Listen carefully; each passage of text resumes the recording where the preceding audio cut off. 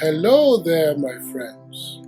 Another year is winding down with the expectation that the next one will be better. Do you know you have a say in what the new year will birth for you? In this series, I will be sharing with you 5 things I want to encourage you to do differently in the new year to maximize your potentials to make that year a successful one. Are you ready? Let's begin with the first thing I would like to encourage you to do in this first episode, which is to think differently to change your mindset. Think differently, change your mindset. In this series, all 5 episodes, I will be drawing on certain universal principles that are indispensable to success in the affairs of men. One of them is your mindset. A mindset is a fixed attitude or disposition or mood. And mindsets are formed by habits and life experiences. Mindsets are so crucial because what you believe is ultimately what you become. How does this work, our mindset, such that it impacts how this coming new year will work out for us? The mind is man's most powerful tool. It is the engine room that controls most of what happens to a man. How he thinks, what forms those thoughts take, and the like. Even where a man's strength begins to fade with age, so long as his mind is still sharp and stays positive, that man will achieve much still. So, you become what you think, whether you are conscious of it or not. If you think yourself unable to achieve a thing, no miracle can make you do that thing. But when you believe that something is possible, you become able to make that same thing become reality. But this process happens first within you before it can manifest on the outside. So, the foundation of what I counsel you to do differently in the coming year is to change your thinking, to alter your mindset. You have to believe that you can make a success out of the coming year. It is not that you will not work hard or learn new things, but this is the point. Your new thinking will be the foundation upon which all these other things will rest. Once you get this foundation right, the rest becomes within easy reach. So how can you make this shift in your mentality? How can you change your thinking? How can you break a pattern of negative thinking? The first step is to accept that your mindset needs to change, that you are going to have to work on your thinking. Until we admit that there is a problem, we cannot honestly seek a solution. This is the easiest step of all the steps. The second step is to know what your counter mindsets are. I will repeat that for emphasis. You need to know what your counter mindsets are. I have to explain this second step in some detail because it is the most crucial. Because mindsets are formed through prior experiences and emotional milestones. Those mindsets that are not producing the result we want are what we call counter mindsets. Examples of these are self-doubt, limiting beliefs, and any other negative thoughts that get in the way of fulfillment of your dreams, goals, and aspirations. Research shows that around 65,000 thoughts go through our minds each day. 65,000 thoughts. Unfortunately, for most of us, majority of these thoughts are negative. These automatic negative thoughts, or ANTs, occur so often that you probably are not even aware of them. Let me find some examples.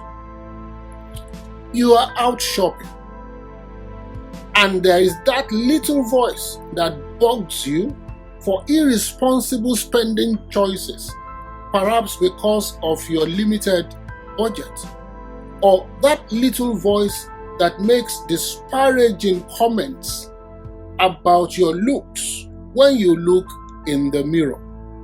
I know that voice. It is the voice that makes it difficult for you to approach that person you would rather like to meet, to make you think twice before starting a business or considering a needed career change. I know that voice.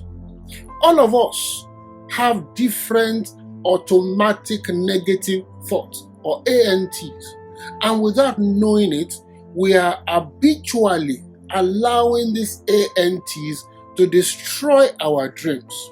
It is hard to remain positive when the little voice is constantly nagging you, saying things like, I cannot talk to her.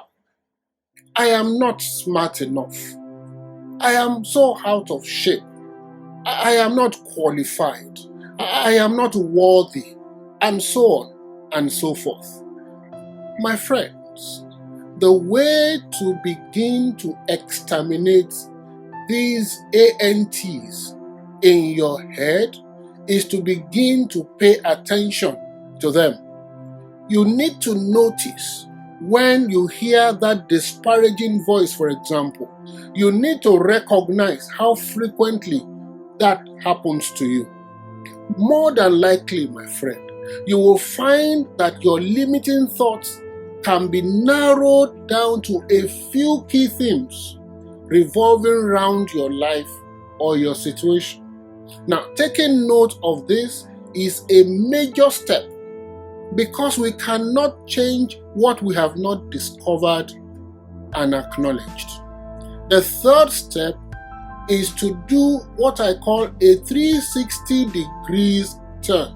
Let me explain that turn, the 360 degrees turn. It is like you were facing the north, but now you completely face the south. Once you have identified your top negative thoughts, you need to find a way of stopping them from holding you back.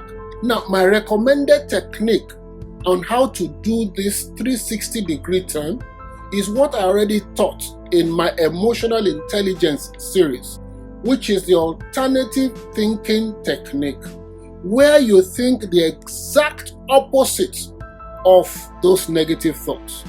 For example, if you look in the mirror and all you see are flaws, you immediately profess the opposite. Something like, oh, do I look good? Which is the opposite of what that voice already deposited in your mind. It may take some time, my dear friend, to get used to. But the reality is that positive thoughts and negative thoughts cannot occupy the same space. So you can give your ANTs an eviction notice by doing that 360 degree turn on every automatic negative thought. Now, still under this third step, another effective technique is called the if-then approach. And this is how it works. Once you identify when your ANTs typically show up, you apply a thought process that allows you to essentially think yourself being past them. Let me give an example. Say you plan to exercise every morning after you wake up before you set out for your day. But by the time you get up in the morning, your automatic negative thought shows up. You can begin to hear the voice say something in your head like this. But you just woke up and you are still feeling tired. There's no need to exercise in this state. Or maybe even worse, the voice telling you, you will not lose this weight anyway, so why bother exercise? My dear friend, the moment that ANT shows up, I counsel that you walk immediately to your nearest closet, put on your exercising shoes.